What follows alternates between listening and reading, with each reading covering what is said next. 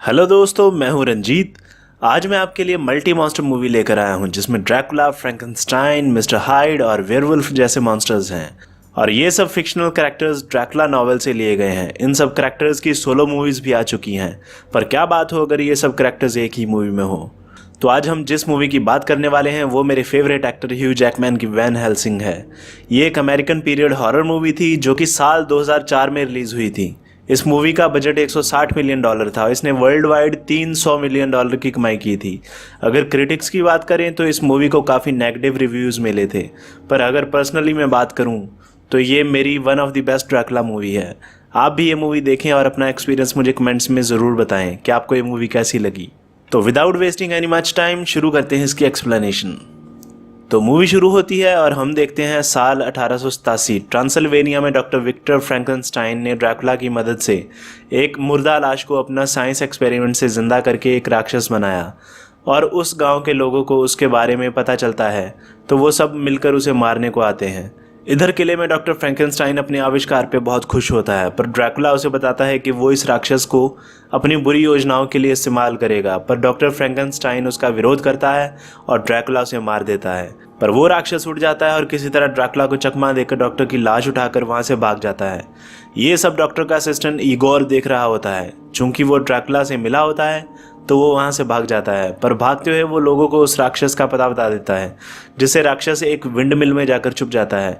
पर सब गांव वाले उसका पीछा करते हैं और विंड मिल को आग लगा देते हैं और राक्षस और डॉक्टर फ्रैंकेनस्टाइन यहाँ मर जाते हैं। फिर ड्रैकुला और उसकी 3 पत्नियों को वहां आते देख सब लोग डर जाते हैं और भाग जाते हैं, और ड्रैकुला चाहते हुए भी उस राक्षस को बचा नहीं पाता।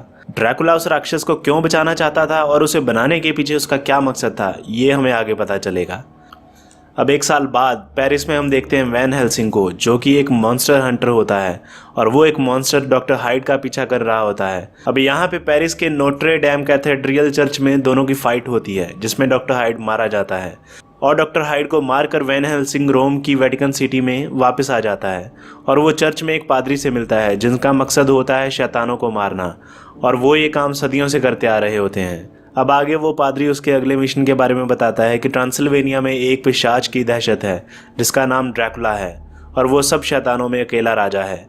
वो उसे उसकी थोड़ी हिस्ट्री बताता है, जिसमें वो बताता है 400 साल पहले ट्रांसिल्वेनिया का एक योद्धा जिसका नाम वेलेरियस था, उसने ईश्वर से वादा किया कि वो और उसका परिवार तब तक चैन की सांस नहीं लेंगे जब तक वो ड्रैकुला को मार नहीं देते। पर अभी तक वो अपने मिशन में सफल नहीं हो पाए, और अब सिर्फ उस खानदान में वेल्कन और एना वेलेरियस ही जिंदा बचे हैं। फिर कार्ल वैन हेल्सिंग को कुछ हथियार देता है जो कि पिशाच को मारने के काम आएंगे, और वैन हेल्सिंग उसे भी अपने साथ ट्रांसिल्वेनिया में ले जाता है। आगे हम देखते हैं कि वेल्कन और उसकी बहन एना एक ट्रैप बनाते हैं भेड़िए को मारने के लिए, पर वो उसमें सफल नहीं हो पाते और एना को बचाने के लिए वेल्कन भेड़िए का शिकार हो जाता है। फिर अगले सीन में जब वैन हेल्सिंग अभी गांव में आता ही है कि तभी ड्रैकुला की 3 पत्नियां एना को मारने को आती हैं, क्योंकि वेलेरियस खानदान में सिर्फ एक वही जिंदा बची होती है। पर फाइट में वैन हेल्सिंग एना को बचा लेता है और इन तीनों में से एक को मार देता है जिसका नाम मरिश्का होता है। फिर एना का इरादा और पक्का हो जाता है और वो अकेली हथियार लेकर ड्रैकुला को मारने जाती है, पर वैन हेल्सिंग उसे प्रोटेक्ट करने के लिए बेहोश कर देता है। जब वो जागती है तो एक भेड़िया उस पर हमला कर देता है, और यहाँ पे हमें पता चलता है कि भेड़िया एक्चुअली में उसका भाई वेल्कन होता है। दरअसल इस सीन में जब ओरिजिनल भेड़िए ने वेल्कन पे हमला किया था तो वेल्कन ने उसे चांदी की गोली से मार दिया था, पर हमले में भेड़िए ने उसको काट लिया था, जिसकी वजह से ये शाप वेल्कन को लग गया और वो एक भेड़िया बन गया। यहाँ वो एना को बताता है कि वो ड्रैकुला के सीक्रेट के बारे में जानता है और सिर्फ उसी के पास मुझे ठीक करने का इलाज है। इतना कहकर वो फिर से भेड़िया बन जाता है और वैन हेल्सिंग के आने से वहाँ से भाग जाता है। फिर वो उसका पीछा करते हुए उसी किले में पहुंच जाते हैं जहाँ पे स्टार्टिंग में डॉक्टर फ्रैंकेनस्टाइन ने वो मॉन्स्टर बनाया था। वहाँ पे हमें ड्रैकुला के सीक्रेट के बारे में पता चलता है कि वो अपने मुर्दा वैम्पायर बच्चों को जिंदा करने के लिए वेल्कन की पावर को यूज करना चाहता था, क्योंकि वेल्कन में भेड़िए की असीमित ताकत आ चुकी होती है। प्रयोग शुरू होता है और ड्रैकुला के बच्चे जिंदा हो जाते हैं और खून पीने को गाँव में जाते हैं। इधर वैन हेल्सिंग और ड्रैकुला का आमना सामना होता है और ड्रैकुला उसे गैब्रियल नाम से बुलाता है और उसे बताता है कि हम दोनों 400 साल से ऐसे ही लड़ते आ रहे हैं और हम दोनों का पास्ट एक ही है। वैन हेल्सिंग थोड़ा चौंक जाता है। फिर ड्रैकुला वैन हेल्सिंग को उसकी याददाश्त वापस दिलाने का ऑफर देता है, पर वैन हेल्सिंग मौका देकर एना के साथ लेकर वहां से भाग जाता है। भेड़िया उतना ताकतवर नहीं होता और ड्रैकुला का प्रयोग फेल हो जाता है, जिससे सब वैम्पायर बच्चे मर जाते हैं और एक बार फिर ड्रैकुला को हार का मुंह देखना पड़ता है। वैन हेल्सिंग और एना गलती से उसी विंडमिल में आ जाते हैं जहां फ्रैंकेनस्टाइन और उसका मॉन्स्टर मरे थे। एक्चुअली में वो मॉन्स्टर मरा नहीं होता और वो एना और वैन हेल्सिंग पे हमला कर देता है, पर उसकी बातों से पता चलता है कि एक वही जरिया है वैम्पायर के बच्चों को जिंदा करने का, और अगर वो ड्रैकुला के हाथ लग गया तो सब खत्म हो जाएगा और वो अपने बच्चे जिंदा कर लेगा। और वो उनसे कहता है कि मुझे मार दो, लेकिन वैन हेल्सिंग ऐसा नहीं करता क्योंकि उसे लगता है कि वो कोई मॉन्स्टर नहीं है बल्कि इंसान है और अभी भी उसमें कुछ अच्छाई बाकी है। ये सब बातें करते हुए भेड़िया उन्हें सुन लेता है और सब कुछ ड्रैकुला को बता देता है। यहाँ एना डर जाती है, पर वैन हेल्सिंग कहता है कि वो उस मॉन्स्टर को वेटिकन सिटी ले जाएगा जिससे ड्रैकुला उसे ढूंढ नहीं पाएगा और अपने प्रयोग के लिए यूज नहीं कर पाएगा। यहाँ दूसरी तरफ महल में कार्ल को एक पेंटिंग दिखाई देती है जो कि जीवित हो जाती है और उसमें से भेड़िया और ड्रैकुला दोनों लड़ रहे होते हैं। कार्ल को कुछ समझ नहीं आता और वो इसके बारे में वैन हेल्सिंग को बताता है, पर वो ध्यान नहीं देता। फिर वो मॉन्स्टर को साथ लेकर एक कैरेज में वेटिकन सिटी के लिए रवाना होते हैं। रास्ते में ड्रैकुला की दोनों पत्नियां उन पर हमला कर देती हैं, लेकिन वैन हेल्सिंग और एना ने पहले से ही उनके लिए जाल बिछाया होता है जिसमें चकमा खाकर एक वैम्पायर वेरोना मर जाती है। लेकिन फिर बाद में भेड़िया उन पे हमला कर देता है जिसमें वैन हेल्सिंग उसे मार देता है, पर मरने से पहले भेड़िया उसे घायल कर देता है। यहाँ ड्रैकुला की तीसरी पत्नी एना को पकड़ लेती है और ले जाती है और उनसे सौदा करती है कि अगर एना को छुड़ाना है तो उसे मॉन्स्टर को उनके हवाले करना पड़ेगा, जिसपे वैन हेल्सिंग एक शर्त पे मान जाता है कि सौदा वहाँ होगा जहाँ काफ़ी सारे लोग हों। फिर वो एक फेस्टिवल में मिलने का प्लान बनाते हैं, पर उससे पहले वैन हेल्सिंग मॉन्स्टर को कहीं छुपा देता है और वहाँ जाकर एना को छुड़ा लाता है। पर पीछे से ड्रैकुला का असिस्टेंट इगोर मॉन्स्टर को पकड़ लेता है और बंदी बना लेता है और अपने साथ एक्सपेरिमेंट के लिए ले जाता है। यहाँ वैन हेल्सिंग पे भेड़िया हावी होने लगता है, पर वो सिर्फ चांदनी रात में ही भेड़िया बन सकता है जो कि 2 दिन के बाद होती है। तब तक उन्हें ड्रैकुला को ढूंढना ही पड़ेगा। फिर वैन हेल्सिंग, कार्ल और एना वापस महल में आ जाते हैं। वहाँ कार्ल को ड्रैकुला का रहस्य के बारे में पता चलता है कि कैसे वो शैतान से सौदा करके ड्रैकुला बना, और वहाँ उन्हें एक दरवाज़ा मिलता है जिसपे एना उन्हें बताती है कि हमारे पूर्वज इस दरवाजे को घंटों घूरा करते थे और हो सकता है कि ड्रैकुला का महल में जाने का ये गुप्त रास्ता हो। वो दरवाजे को गौर से देखते हैं तो उसका एक साइड का हिस्सा फटा होता है। तो वैन हेल्सिंग को याद आता है कि पादरी ने चलते समय उसे एक कागज़ का टुकड़ा दिया था, तो वो उस कागज़ को दरवाजे पे लगाता है तो दरवाज़ा खुल जाता है और वो सीधा ड्रैकुला के महल में पहुँच जाते हैं। वहाँ वो इगोर को पकड़ लेते हैं, पर मॉन्स्टर को छुड़ाने में नाकाम होते हैं और मॉन्स्टर वैन हेल्सिंग को उसके इलाज के बारे में बताता है कि भेड़िए के शाप से मुक्त होने का इलाज ड्रैकुला के पास है। तो वो सोचते हैं कि इसका इलाज ड्रैकुला के पास क्यों है।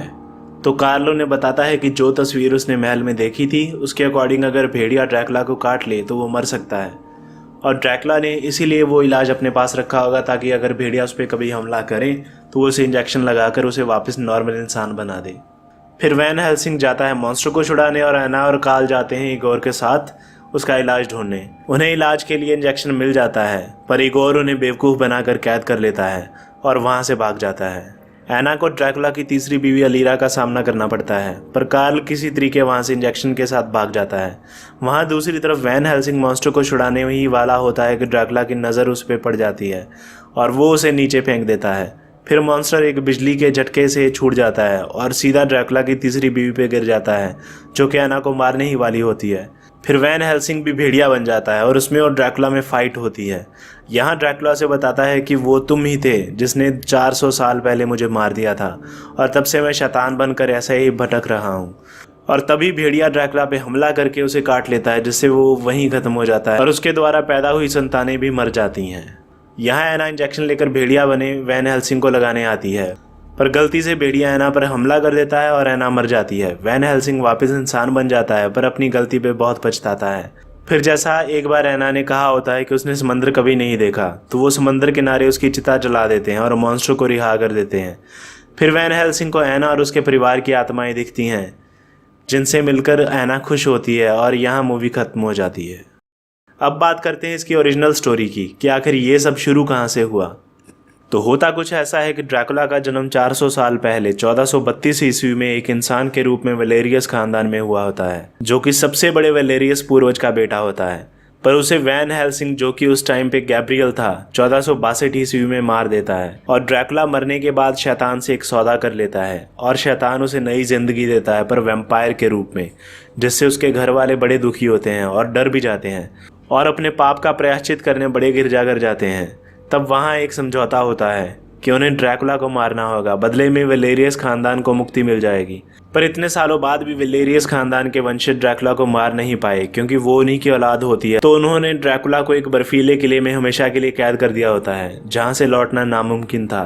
पर वहाँ पे शैतान ने उसे अपना लिया और उसे रिहा कर दिया। पर वेलेरियस पूर्वज एक पेंटिंग वहाँ पे छोड़ गए जिसमें ड्रैकुला को मारने का तरीका था, ताकि उनकी आने वाली कोई पीढ़ी शायद उसे मार पाए। और अब सिर्फ ऐना ही जिंदा बची थी और तब से वैन हेल्सिंग भी जन्म जन्म भटक रहा था और अब इस जन्म में वो वैन हेल्सिंग बनकर ड्रैकुला से मिलता है।